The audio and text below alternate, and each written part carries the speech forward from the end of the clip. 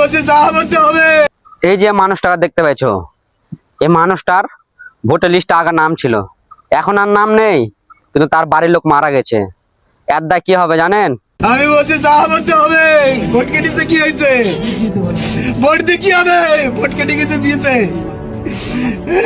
বাবারে কি হয়েছে? ওনার স্বামীর ভোটটা কাটা গিয়েছে, তার জন্য টেনশনে উনি হার্ট অ্যাটাক করেছে। কি নাম ওনার? আম্বিয়া।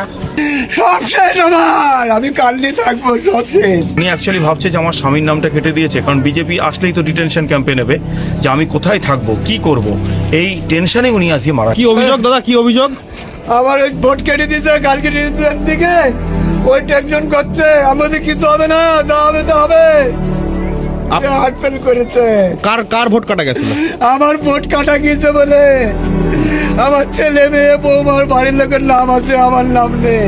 হ্যাঁ, এই টেনশনে কালকে ওনাকে কত প্রাণ এইভাবে ঝরে যাচ্ছে আতঙ্কগ্রস্ত হয়ে, এবং এর জন্য সম্পূর্ণ দায়ী ভারতীয় নির্বাচন কমিশন, বকলমে বিজেপি।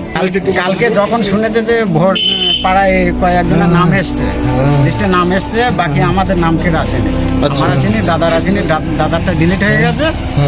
ওই কথা শুনে বৌদি কি করেছে, বৌদি ওই শুনে হচ্ছে টেনশন করছে, অতিরিক্ত টেনশন আর ঘামছে। টেনশন করতে করতে কালকে হসপিটাল নিয়ে গেছিলাম, এই হসপিটাল থেকে রাত 2টার সময় ট্রান্সফার করেছে রানাঘাট থেকে বলতে হার্ট ব্লক হয়ে গেছে। কলকাতায় নিয়ে গেছি, কলকাতার থেকে কান্দির থেকে আবার বারাসাত নিয়ে গেলাম, বারাসাত নিয়ে যাতে লোক মারা যাচ্ছে, কম লোক, এই টেনশন। নির্বাচন কমিশনের যে মৃত্যুর খেলায় নেমেছে, তারই ফল এটা। অবৈধভাবে স্থানীয় বাসিন্দা দীর্ঘদিন ধরে এই এলাকার মানুষ এই এলাকায় বসবাস করে, তাদের নামটা কেটে দিয়েছে। আমার বাড়ির লোকের বাজার ঘাট করতে না, আমি নিজে সবকিছু করি, তাও তুই এত টেনশন করে মরে গেলে। আমি তোর কত কিচ্ছু করতে দেই না, বাজার ঘাট সব আমি বহন করি, নিজের রিক্সা চাইলে প্রতির মতন কাটতে নে খাওয়াই, আর সেই অবস্থায় এরকম করলি।